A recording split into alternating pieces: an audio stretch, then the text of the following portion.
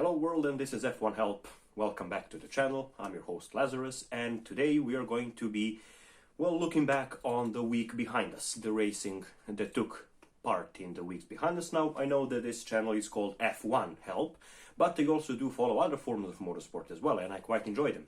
So without further ado, there is a lot to discuss here. Let's then go back to the week behind us and see what races took place.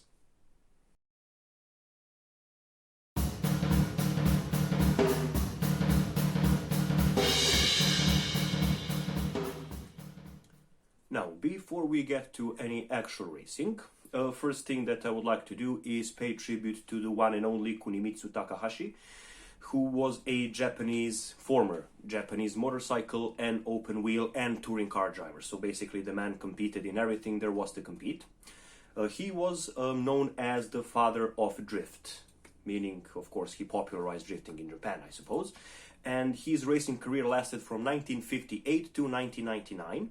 Firstly in motorcycle racing, where he won four races, 4 Grand Prix between 1958 and 1963, becoming the first ever Japanese Grand Prix winner on 2 wheels, that is. But after he had a crash, I think in 1963, and then switched over full time to 4-wheel racing, in which he won a couple of races in the Japanese Super Formula, what is now known as the Japanese Super Formula. Also, he was a class winner at the 24 Hours of Le Mans, and he participated in one Formula 1 Grand Prix in 1977 with the Tyrrell team. He finished 9th in that race. This was his only Formula 1 race, after which he moved to Japanese touring cars, where he won 4 titles.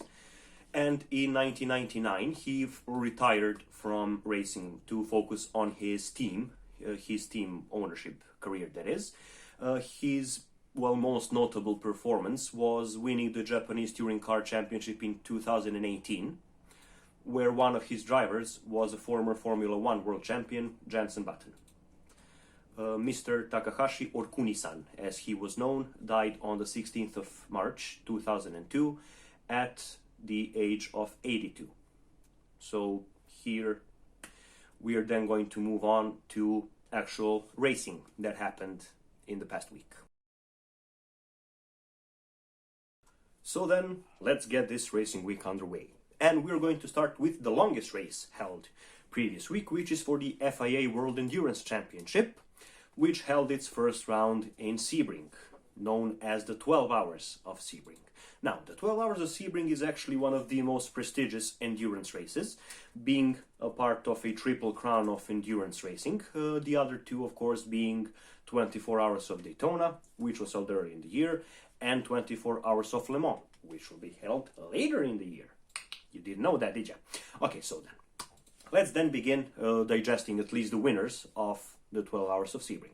Unfortunately, the race itself was marked by a heavy accident suffered by the previous year's Le Mans winner, Jose Maria Lopez of Argentina, who, after making contact with another car, lost, I think, his brakes or his suspension, and then slammed at full speed headfirst into a wall.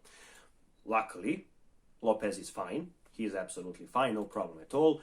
His team managed to fix the race. He was driving a second stint in the Sebring race. The Cadillac that he drove was then fixed, and his teammate Mike Rockenfeller of Germany took over and finished the race, albeit 5 laps down, but still they finished the race. Now then, as is the case with any other form of endurance racing, there are certain classes that had certain winners. The first of these classes is the GTD class, which was won by a Ferrari 488 GT Evo 2.3 liters turbo V8 engine.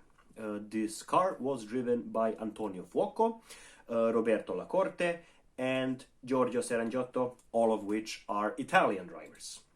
One class above is the GTD Pro class, which was won by a Chevrolet Corvette, a C8.R GTD 5.5 liters V8 engine, driven by Dutch driver Nicky Katzburg, Spanish driver Antonio Garcia, and Jordan Taylor of United States. Now, In the LMP3 class, we had a Ligier of all things. Yes, I didn't hear that name, well, quite a long time actually, Ligier.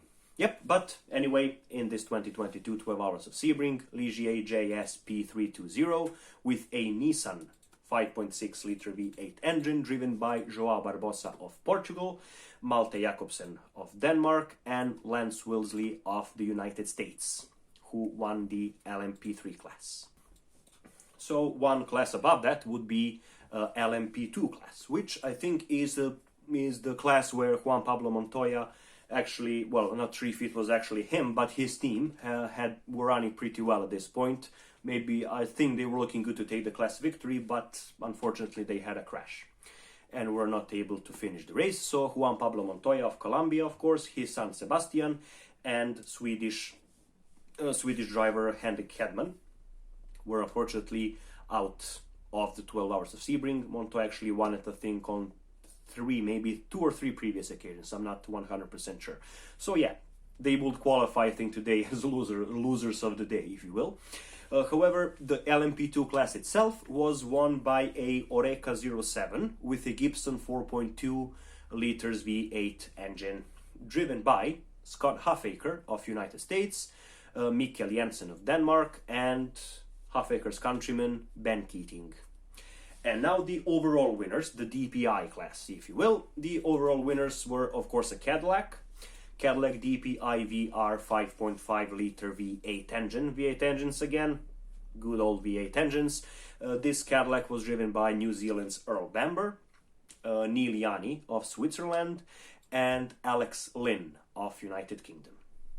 So then, we are going to move from endurance racing to two-wheelers, which of course means MotoGP. Of course, before getting into the main MotoGP championship, the Moto3 championship was won by the overall fan favorite and favorite for the title itself, the Italian rider Denis Foggia. And the Moto2 class, if you will, I think spurred maybe a surprise winner. I didn't actually watch this race, I don't have live coverage of it. But it was won by a driver from Thailand, Somkat Chantra, who won on his Kalex motorcycle, that is. And now we are going to get to the main thing, the Indonesian Grand Prix for the MotoGP main class, the 750cc if it is, if I'm not mistaken. Now, this race I did manage to watch live, and it was a pretty darn good race. It was held in the rain, of course, which meant the grip wasn't there as it normally would, but not that you would notice, of course, with the level of riding the people provided us with. Now, the race itself was won by Portuguese rider Miguel Oliveira, who won on a KTM machine, followed by Fabio Quartararo, who is the reigning champion, but not very known for his rain prowess, wet weather prowess in general, but he did manage to pull off a brilliant race to finish second. Overtook, I think, 3 or 4 riders in the final couple of laps. And the third spot on the podium was done by his French countryman, Joan Zarco. Now, that would make the overall leader of the MotoGP Championship, Enea Bastianini of Italy on a Ducati. However, the race, I have to mention one part of the race, and that is the epic drive by a rookie, Darren Binder of South Africa, who held off multiple charges for multiple veteran riders. At one point he was riding, I think, 8th or 9th, keeping even his own brother, Brad Binder, right behind. Eventually the elder Binder got past, and Darren finished the race in 10th, which again scored him some points. And if I have to ask, it's a tight draw between Quartararo and younger Binder, Darren, for the rider of the day, however. Now, I also want to mention who the loser of the day is, and that would be, I think, almost unanimously, Marc Marquez, because he didn't even start the race. During qualifying, or maybe during practice as well, he suffered a mighty fall. He was ejected from his bike, like into the air, suffered a concussion, and therefore was unable to race. So not that he was a loser in the sense that he was bad, it's just that he really isn't having a good couple of seasons in the past, hasn't he? So hopefully Mark will bounce back in the next round, which is held in Argentina, and we'll see more of what he provided us with since he joined the sport in 2013. Now then, with two-wheelers out of the question anymore, let's then move on to four-wheelers, to my second favorite racing series ever, which is IndyCar. So the IndyCar visited the Texas Motor Speedway, and boy, this was one hell of a race. The pole sitter for the race was Sweden's Felix Rosenqvist, who drives still, for the Aero McLaren SP in the IndyCar series, and he, for his efforts, for putting his McLaren on pole, he got a rifle. Yes, he got a big, huge gun. If I manage to find a picture, I'll link it, but if not, you're free to look it up on Google, of course. Copyright. Now, the race being in Texas Motor Speedway, which is an oval race, first of all, there were some talks that the Texas Motor Speedway might not host IndyCar anymore, and I do hope that's not going to be the case because, well, it was an awesome race. We had a final lap battle between Joseph Newgarden and Scott McLaughlin, which Newgarden ultimately won, of course, to finish the race, followed by McLaughlin and then Marcus Ericsson, former Formula One driver, behind him in third place. Now, the loser of the day, I suppose, would have to go to Devlin De Francesco.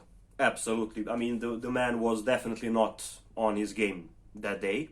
He caused, I think, 2 or maybe even 3 accidents, most notably with Helio Castroneves and with Carl Kirkwood, putting both of them out of the race, well, all 3 of them out of the race and into a wall, basically. And before that, he also collided with Takuma Sato. So yeah, loser of the day definitely goes to Devlin De Francesco, the devil, if you will. And one of the main talking points I had with this race was a 6th place finish by the 7-time himself, 7-time NASCAR champion, that is, Jimmy Johnson. Now, I quite like Jimmy, not gonna lie, I liked him even back in his NASCAR days.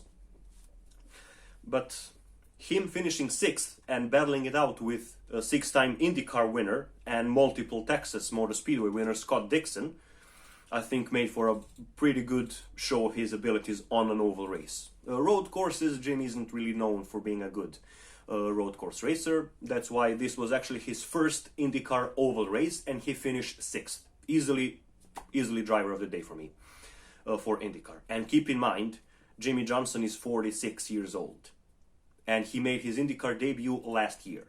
So he's definitely experienced in racing, but he's not like some young up-and-coming talent, that is. So for him, at the age of 46, to do what he did against IndyCar veterans, open-wheel veterans, I think is impressive, and Jimmy easily gets my driver of the day for this IndyCar Texas Motor Speedway. Now, let's talk about Scott McLaughlin. The things that this man has done in IndyCar are nothing short of impressive. If you remember, he won the opening race in St. Petersburg, and he's currently leading the championship. Now, he is, of course, a 3-time V8 Supercars champion, so we know he knows how to drive. But to switch categories, to switch cars as experienced as he is, I don't think anybody expected, for him to shine as he did last year. And also, he is the Rookie of the Year from previous year. So honestly, he is probably at this point, at least after these 2 races, looking good to maybe even win the IndyCar title. So let's just wait and see, of course. Now, let's now get to the big boys. Well, before we get to the big boys, we have to talk about the little boys. So let's move on then to Formula 3. So, as you know, Formula 3 and Formula 2 on that hand as well, first hold a sprint race, and then they hold a feature race. So sprint races are reserved for Saturdays. And on the Formula 3 sprint race in Bahrain, International Circuit in Sakir, the race was won by Isaac Hadjar of France, because the actual driver who crossed the finish line first, Oliver Bearman, actually got a 5-second penalty for exceeding, I think, track limits or something. So Hadjar took the victory, and the 3rd place driver was, well, he's a Russian driver, Alexander Smalyar. However, he chose to race under the Andorran issued license. So I know he's Russian, that's fine, but he chose the Andorra license to represent himself. Now, the fastest lap of the race and one of the most epic battles I've ever seen in Formula 3, well, I started watching it recently, not gonna lie, was between Barbados' Zane Maloney and Monaco's Arthur Leclerc, who is the brother of a guy we'll mention later, a little bit later on. They had a 3 or 4 lap battle for the end. Leclerc's tires were going off, Maloney was getting a little bit slower and slower, and they were racing all the way to the finish line. Ultimately, Maloney won the race to the finish. He got 4th place, and with it he also got the fastest lap of the race. Now, for the feature race, things did not go so well for the sprint race winner Hadjar, as he finished quite down the order. The race was instead won by Victor Martin, again of France, followed by Leclerc, Arthur Leclerc, and then Grégoire Ceci from Switzerland. So, I have to mention as well that I would consider Hadjar to be a loser of the day because of the terrible feature race that he had. Of course, not his fault, but still. Driver of the day, however, will absolutely have to go to Juan Manuel Correa, the American driver coming after his awful injuries in 2019 and not having a really good season last year in Formula 2. Really picked up, really got back to form and finished both races 7th and 5th respectively. So Correa easily gets my driver of the day, which means that the current points leader now for Formula 3 is Victor Martin of France. And with the driver of the day, like I said, Juan Manuel Correa, I hope that he keeps this pace up and maybe we'll see the old Correa back in the future. So then let's move on to one category higher, which is Formula 2. Now again, Formula 2 holds a feature and a sprint and a feature race on Saturdays and Sundays respectively. So for the sprint race, the winner of the sprint race was Dutch driver Richard Verschoor, who, well, had a pretty decent run actually. Not so much in the feature race, but still. The second place man was India's Jahan Darubala, and Liam Lawson of New Zealand followed them through to clinch the final place on the podium. Now, for the feature race, which is held a couple of hours before the main event, which is the Formula 1 race, the clear favorite, I mean by many that is, and of course I'm getting talent-wise as well, Théo Pourchaire, again of France, won this race. He had a little bit of an issue as well, but he managed to recover, finish the race in quite a dominant fashion. Followed by Liam Lawson again, so pretty good run for Lawson of New Zealand. And the third place driver was Yuri Vips of Estonia, who is also one of the Red Bull Junior drivers as well. So yeah, for this race I also have to mention the absolutely epic storm through the field in both races by Japanese Ayumu Iwasa. He finished 8th. In the sprint race he managed to get one single point, of course, but in the feature race he again had a good run until a late race safety car actually ruined his chances. I think he had a little bit of a damage, and oh boy, this late safety car, what the hell happened in the pit lane? Just I don't think I've ever seen this happen. Oh, well, I did see it of course, but in Formula 1, not in Formula 2. That was chaotic. I think Callan Williams and Dennis Hauger, both their mechanics just, I don't know what they were thinking, if they were thinking anything, because their left front wheels were not there. They released them prematurely, basically. Both of their wheels came off and ruined their races. Not that Williams had a good race to begin with, but still, probably could have done something in a safety car, maybe to better his position. So, for the driver of the day, I'm going with Iwasa, because his storm to the field was epic, even though he was hampered by some goblins, if you will. Loser of the day will have to go to Dennis Hauger. Now, he is a reigning Formula 3 champion, and he had quite a decent pace, maybe not up to the likes of Pourchaire and Vips, but still he probably could have gotten at least some points. This way he leaves the first round of Formula 2 season completely pointless. Current leader in Formula 2, of course, is the feature race winner, Théo Pourchaire. And then, let's now move on to the big boys. Let's move on to the Formula 1 season opening round 2022 Bahrain Grand Prix.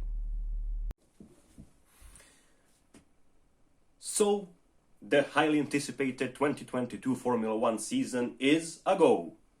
And of course, being the 2022 Bahrain Grand Prix, let's see what happened during the racing question. So, during qualifying, the pole position man, the pole sitter, if you will, was Ferrari of Charles Leclerc, followed closely by the defending champion Max Verstappen in a Red Bull. In third place, we had Carlos Sainz, who is a teammate of Leclerc in Ferrari. And then we had Verstappen's teammate, Sergio Perez, in a Red Bull, of course, starting fourth in front of the seven-time world champion Lewis Hamilton in a Mercedes, who started fifth. The biggest surprise in qualifying was thrown up by Valtteri Bottas, who is now driving for Alfa Romeo, who qualified sixth in front of the man who replaced him in Mercedes, George Russell, who only managed to start ninth. He made some slight error when he was on his qualifying lap.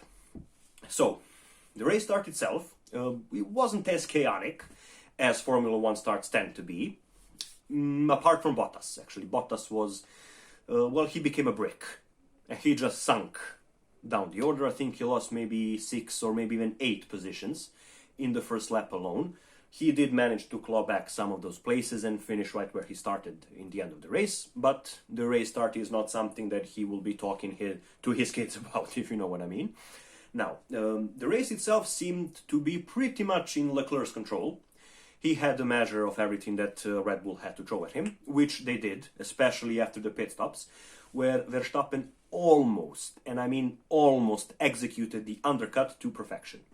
What this means is that Verstappen pitted first, before Leclerc did, and every time he exited the pits, of course Leclerc covered him in the very next lap, every time Leclerc exited the pit lane, Verstappen was right there on his tail. And he tried 3 times to take the lead of the race. Ironically, every single attempt looked identical to the previous one, where he would, instead of setting up the attack on the straight finish line in turn 1, he would overtake Leclerc into turn 1, and then Leclerc would just head him back on the second straight with the DRS, of course, which was turn 3. Some 10 or 12 laps to go, there was a safety car, which was brought out by the Alpha Tauri of Pierre Gasly, who is, by the way, my daughter's favorite Formula 1 driver. Anyway, his engine, which is a Honda or Red Bull powertrain, as it's known now, blew in a puff of smoke, and he parked, of course, on the side of the circuit. But the marshals were not able to extract the car properly, on time that is, so the duration of, by the time they did manage to do it, the Formula 1 race directors, there are 2 of them now, decided it's better to bring out the safety car, which immediately gave PTSD to everyone watching, including myself. What happened during the safety car was a little bit chaotic, if you will. Not as chaotic as the one that happened in Formula 2, which I still have no idea how it came to be.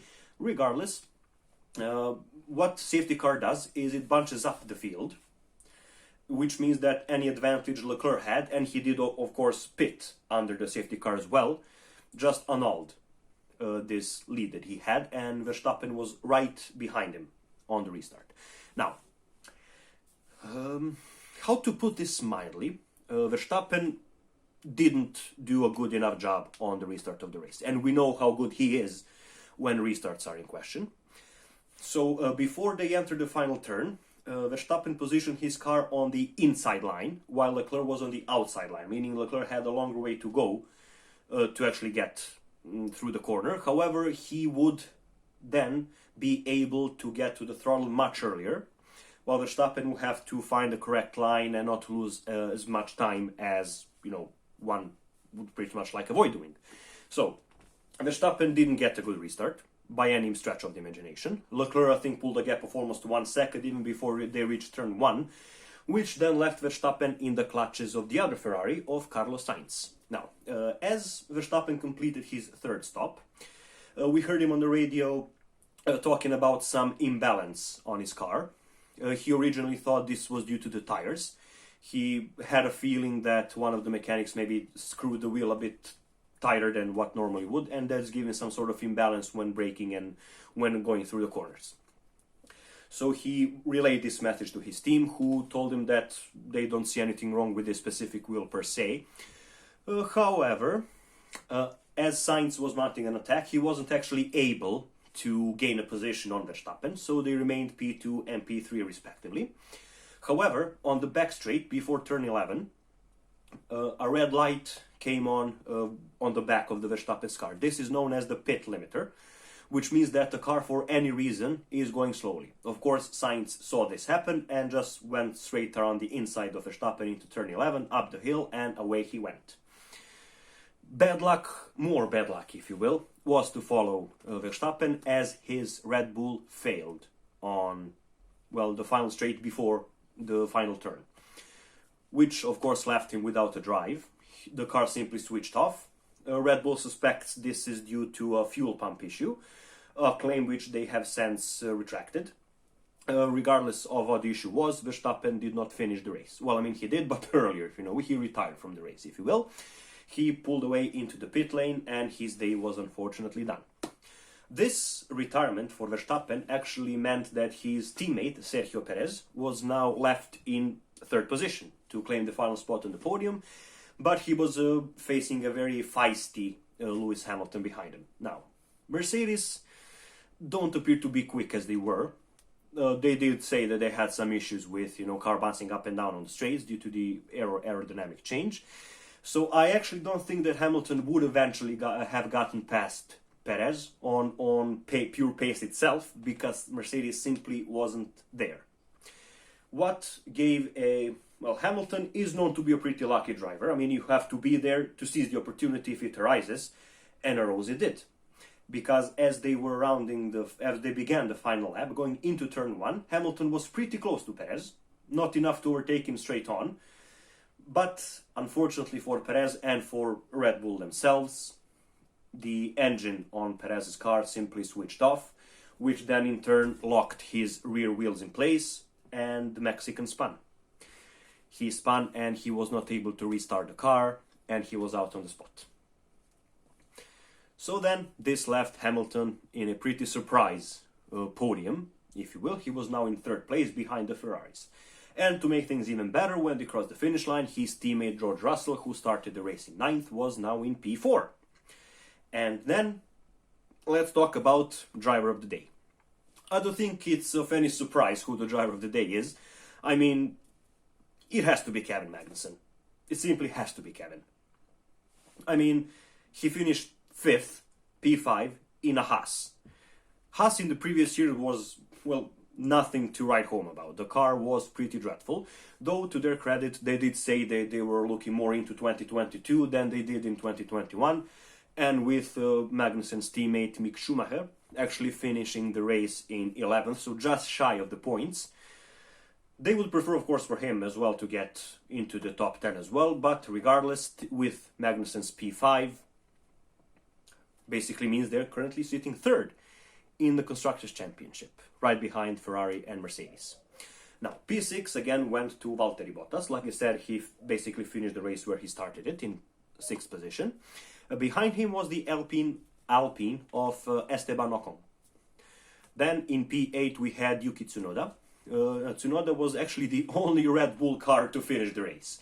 Of course, AlphaTauri being the Red Bull B team, if you will, and with Pierre Gasly's retirement and DNFs for both Verstappen and Perez, meant that Yuki Tsunoda not only finished, but also scored points for the AlphaTauri squad.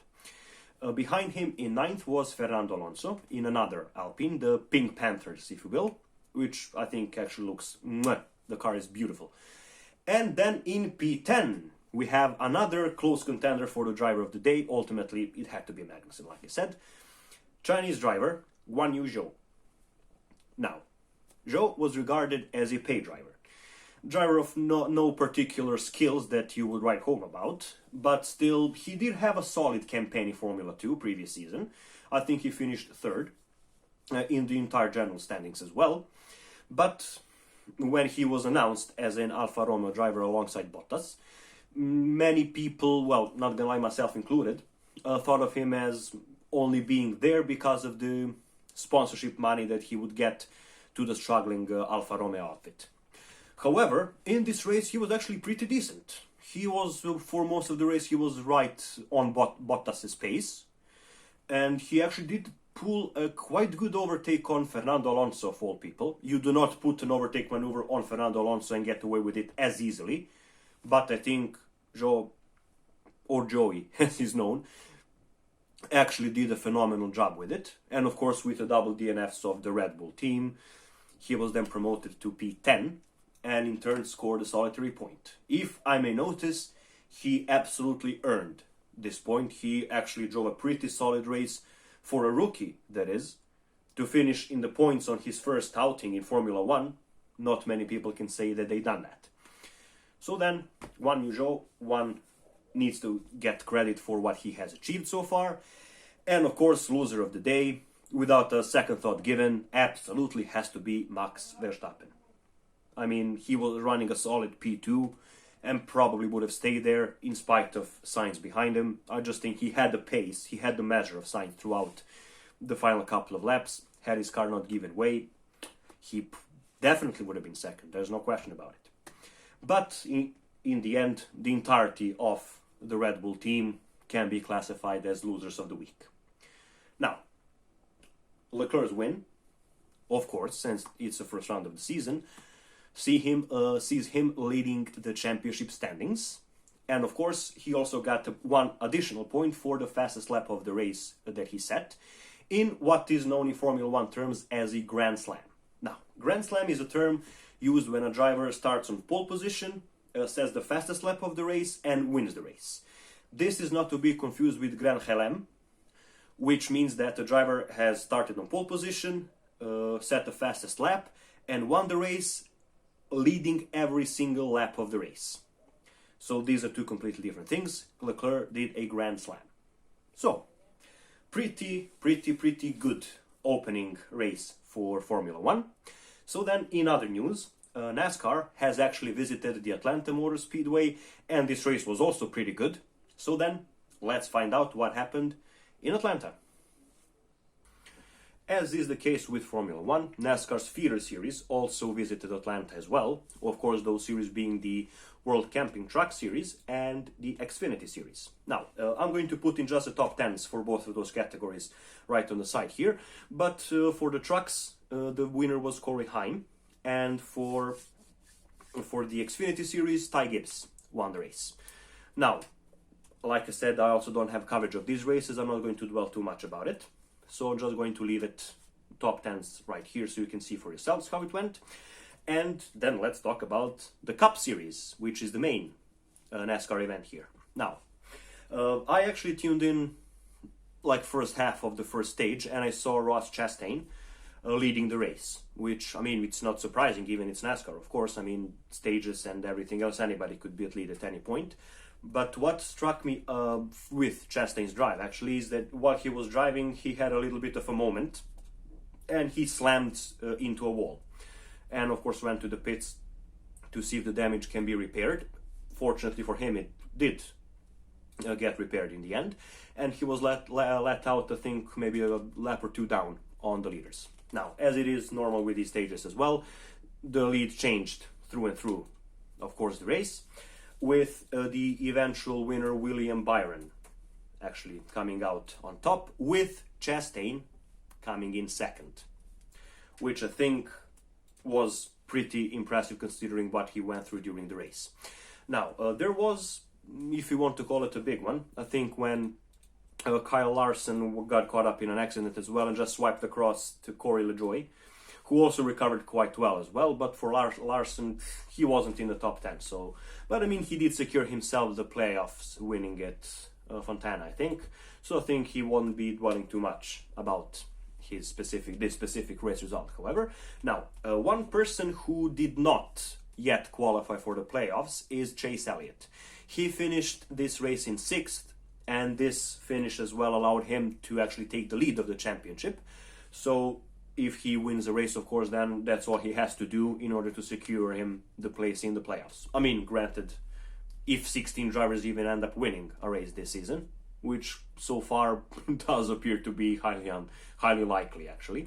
We had, what was it? It was like the 5th round, and every single race was won by a different driver as well. So, keep an eye out for that. So then, Chase Elliott, new championship leader, loser of the day.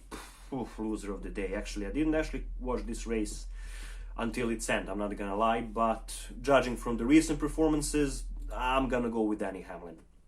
I think the man just cannot get it going this season. Actually, I don't think he ever finished in the top 10 once this season, which is surprising considering he was basically hunting for championships every season in the past almost.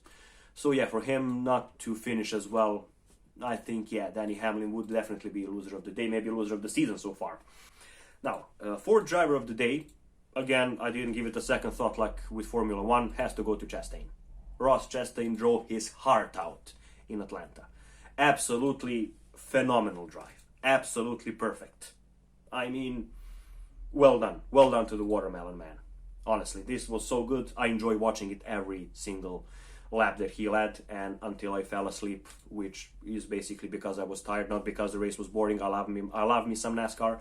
I just couldn't take it anymore. I didn't even know who won until the next day when I saw the race highlights after I fell asleep, and boy, that drive was something else.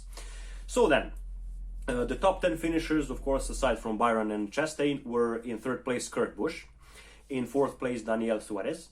Then we had Corey LaJoie, who also had a magnificent recovery as well, like Chastain did. Then in sixth place, we mentioned earlier Chase Elliott, followed by Chris Buescher, Martin Truex Jr., Joey Logano, and Alex Bowman, who rounded off the top 10. So then, there is just one more race, if you think it's a race, maybe as well, which we're going to cover in a couple of seconds. So for all you rally lovers out there, the American Rally Association, or ARA, had their second rally of the season, a rally in the 100-acre woods.